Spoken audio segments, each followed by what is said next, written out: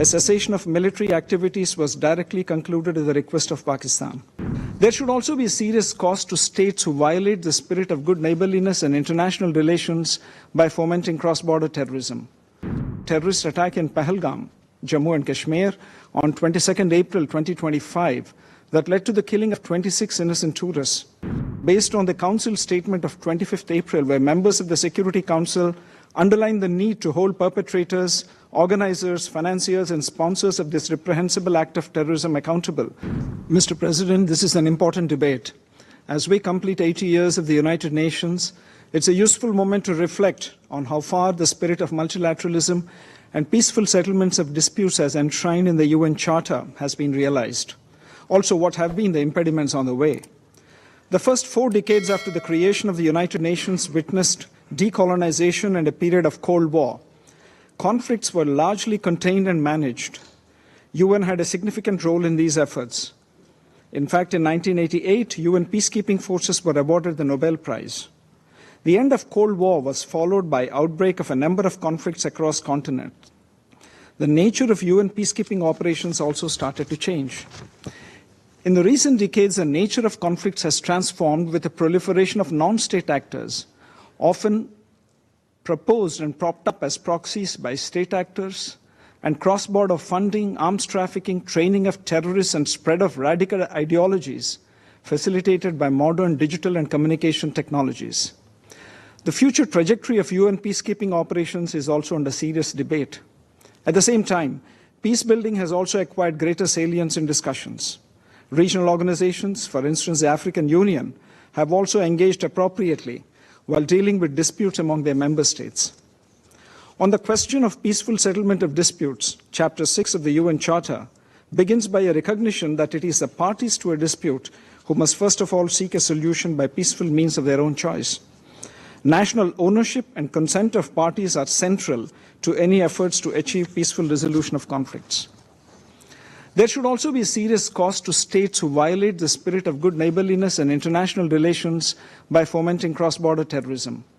Recently, consequent to the gruesome terrorist attack in Pahalgam, Jammu and Kashmir, on 22nd April 2025 that led to the killing of 26 innocent tourists, and based on the Council statement of 25th April, where members of the Security Council underlined the need to hold perpetrators, organizers, financiers, and sponsors of this reprehensible act of terrorism accountable and bring them to justice, India launched Operation Sindoor, targeting terrorist camps in Pakistan and Pakistan-occupied Jammu and Kashmir, which was focused, measured, and non-escalatory in nature.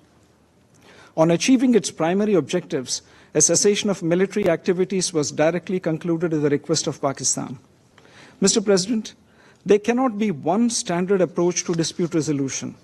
The changing circumstances and context also need to be taken into account while considering any such efforts. India, as a responsible actor and a founding member of the United Nations, has always actively engaged constructively with partners, especially at the United Nations, in collectively working towards a more peaceful, prosperous, and a just and equitable world.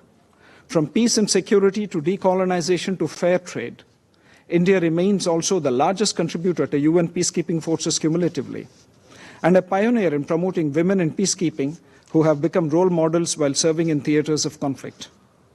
In an interconnected and interdependent world, India values multilateral cooperation to help manage global challenges, including sustainable development, climate action, disaster resilience, and global health. India partners the United Nations in a unique development cooperation initiative and is also among the first responders in humanitarian crises in our region. We are at a time when there are growing doubts about the multilateral system, especially the United Nations. The serious question marks over the representativeness of the UN Security Council must be addressed urgently. In this context, India is proud to have facilitated the inclusion of African Union in the G20 platform during its presidency. The continuing UN Security Council impasse also shows the increasing challenges to efficiency and effectiveness of the UN Security Council. Mr. President, I am constrained also to respond to the remarks made by the representative of Pakistan. The Indian subcontinent offers a stark contrast in terms of progress, prosperity, and development models.